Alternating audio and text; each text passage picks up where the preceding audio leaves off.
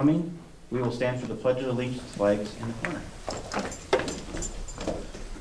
I pledge allegiance to the flag of the United States of America and to the republic for which it stands, one nation, under God, indivisible, with liberty and justice for all.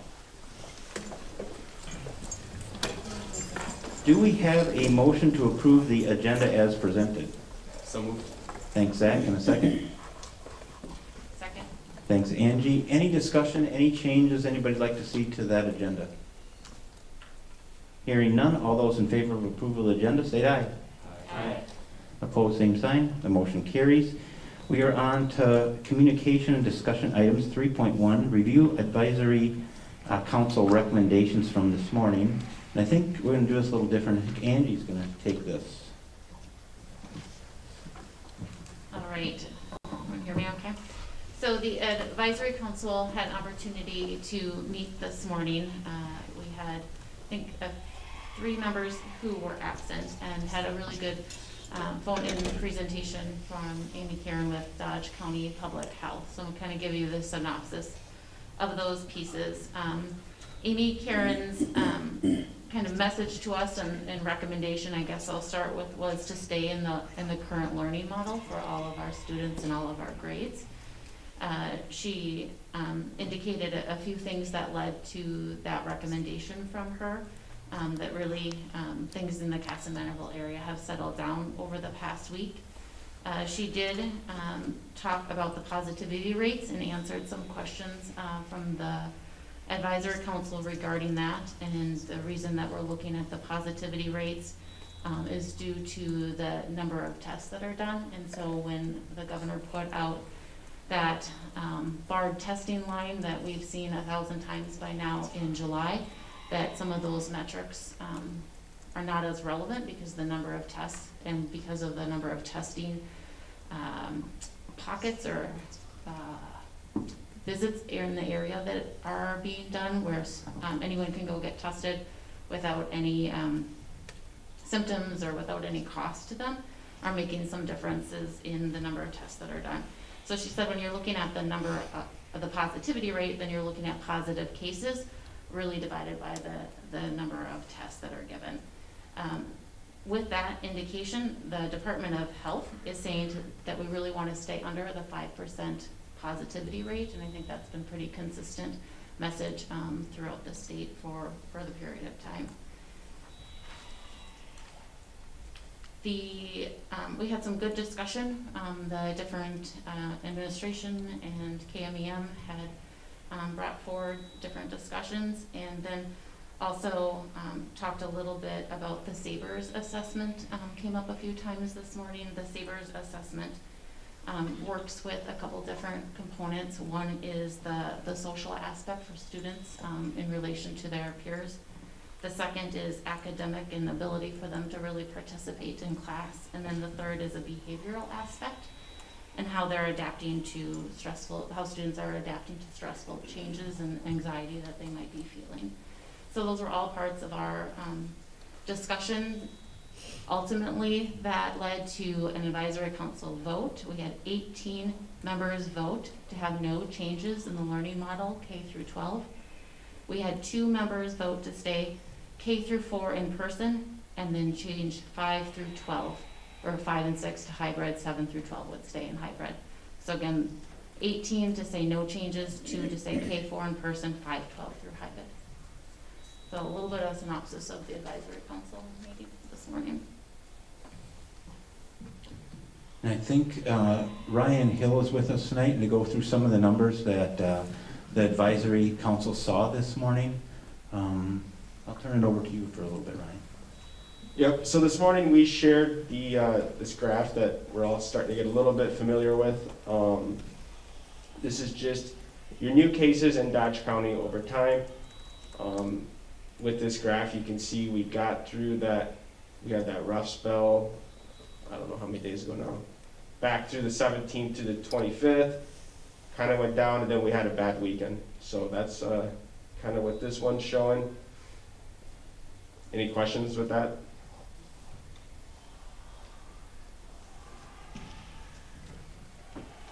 Okay, next. This is, you board, I'm pretty sure was in on the email yesterday. This was in Mark's email. Here we've pulled each building to get what kind of positivity and infection that we're seeing in the schools themselves. Since the start of the school year, we've had 17 positive cases. Currently, there's 5 active cases. Currently, 84 students throughout the district quarantined. We did have them break out what the reason for quarantine was. 21 students in the district are on quarantine because of in-school close contact, 31 because of a school activity, and 32 because of a non-school related close contact. 0 staff and teachers positive, and 2 currently on quarantine. And these are the numbers as of last Friday morning.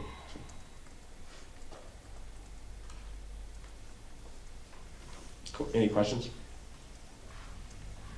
On the staff quarantines, were those, they're not broken out like the student, in school close contact? Were those in school close contact or out of school?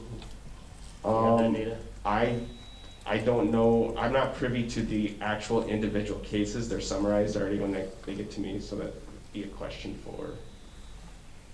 I'm almost certain of one is a close contact from an activity, and I don't recall the other offhand. That might also be a close contact activity. In fact, I'm almost certain it is now, because Ben's not in his head.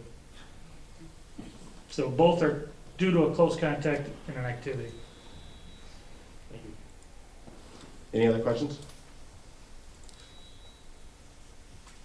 We put this graph together mainly because one of the things that Dodge County couldn't provide for us were how many household contacts or how many household transmissions were actually occurring, and they couldn't get together for us the data. They couldn't get accurate data for us for the college students that actually had a residence in Dodge County, even though they quarantined at their college.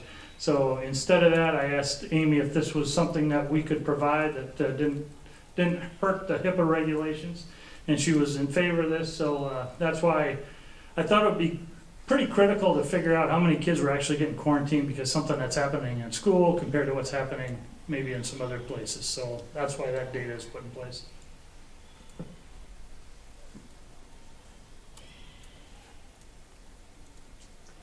And then lastly, here you have our positivity rates over time.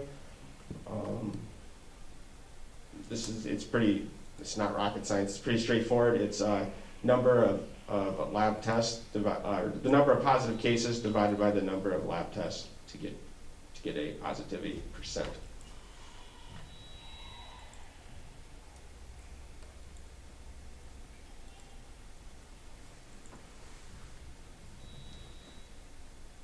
Any questions? Any questions for Ryan? Do we have an extended timeline of the positivity rate? Or is this just it?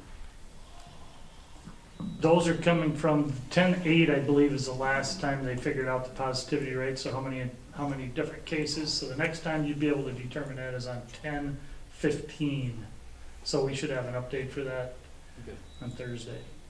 Yes, correct. So this is released from the Minnesota Department of Health every Thursday morning at 11 a.m. Okay.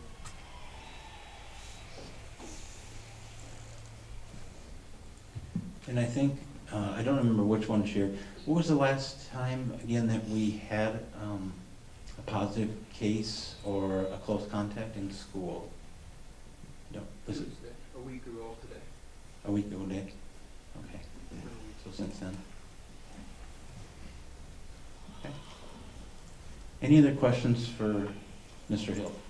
So, we meant, we were talking about how we, as long as it's under 5% positivity rate, and we currently are, but what did Amy Kieran recommend if it goes over? I don't think she was ever even asked that question. Okay. Do you recall that?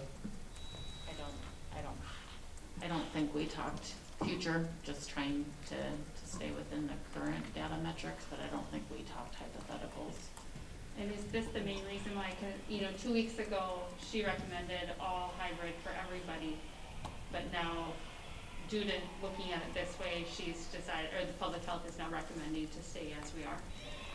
Yeah, I think in that, remember that email I sent you today? I kind of expressed that it was kind of a shock to me last time when she recommended hybrid, mainly because that number had just squeaked over 20 in that last one. So for me, the big surprise was last week when she decided to say hybrid K through 6.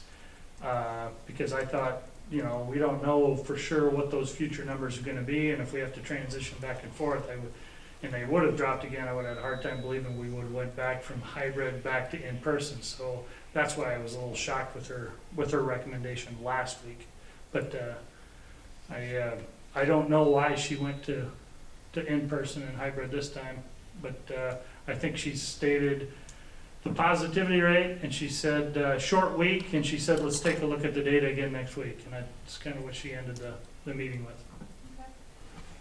And she did share that all the schools in Dodge County are now in the same learning model. So Hayfield was in person, and they're now in. What is Triton Elementary School doing, or K-6? Do they have Fridays off for a cleaning day, teacher work day? And is that considered a regular learning model, or? I'm not certain what Triton's schedule is. I'm just curious if that's considered a. It's just what she shared. I didn't ask any questions about it.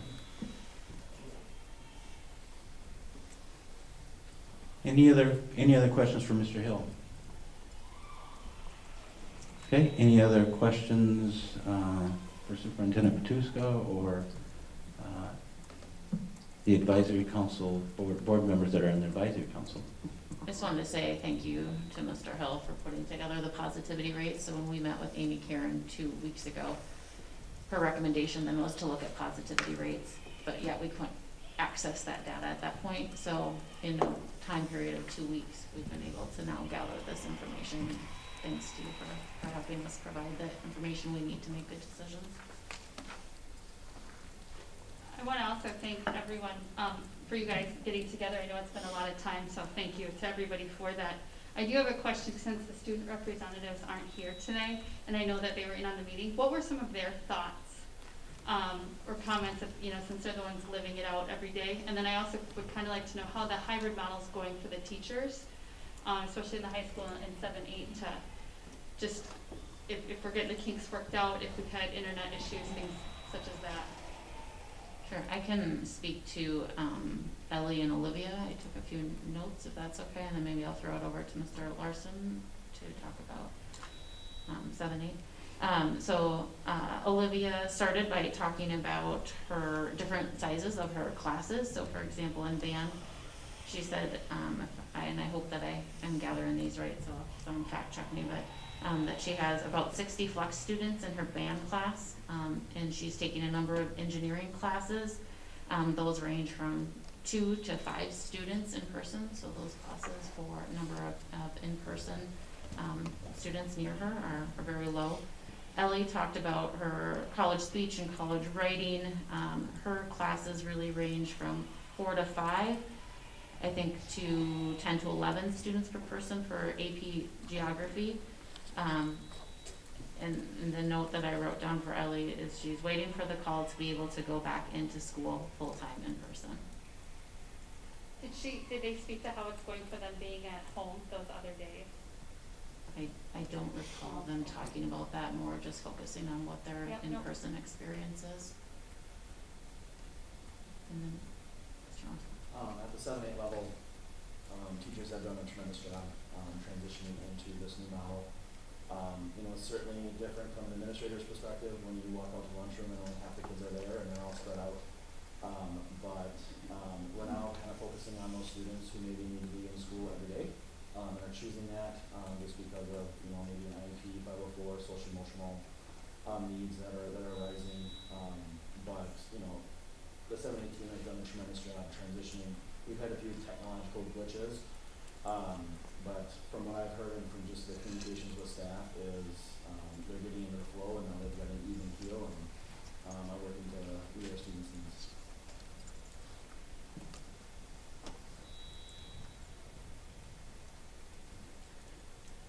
Any other questions?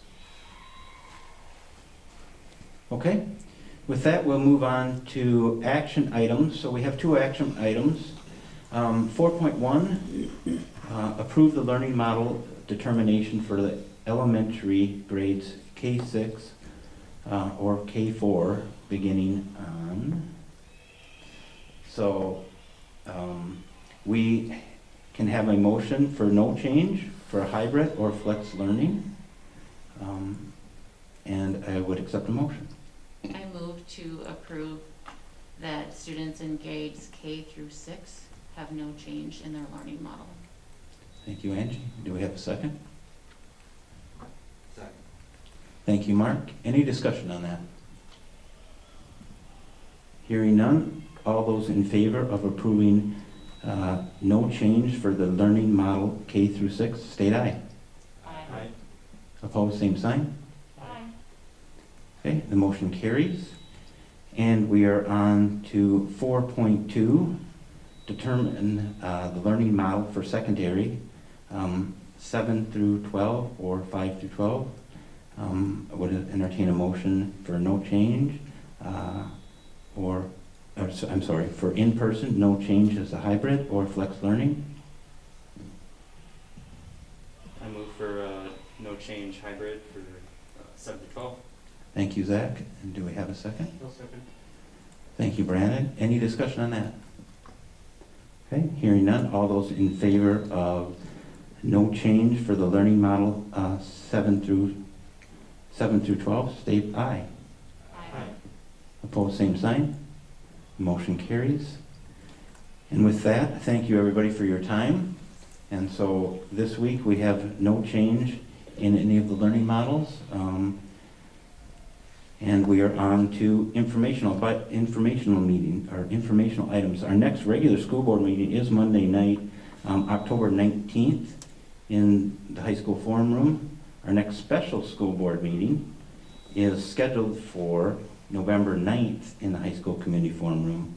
And the following regular school board meeting is 7 p.m. Monday, November 16th in the high school community forum room. And again, it doesn't mean that Superintendent Matuska might not bring us back before that and have the advisory council meet before that, and if the numbers warrant. So that's all we have there. Do we have a motion for adjournment? Thanks, Zach. And a second? Or was that Mark? Thanks, Mark. Thanks, Brandon. Anything else before we adjourn? I just wanted to say why I voted against 4.1. And I still hold strong that I think 5-6 should be in hybrid. However, we have put them through so many changes, and I think that if we go back and make the 5th and 6th grade teachers change again, we are going to cause lots of burnout and damage to the morale in the 5th and 6th grade wings, as well as to the students. I think they've had to change so much in the past few weeks. I know that everybody has to with the pandemic, but I just think it would be detrimental to our students and staff. But I still hold strong that I think that 5-6 should be hybrid. Thank you, Amy. Amy, can you provide some information on why you feel the additional 2 grades in hybrid would be beneficial to the kids? I think it would allow for more appropriate spacing and social distancing.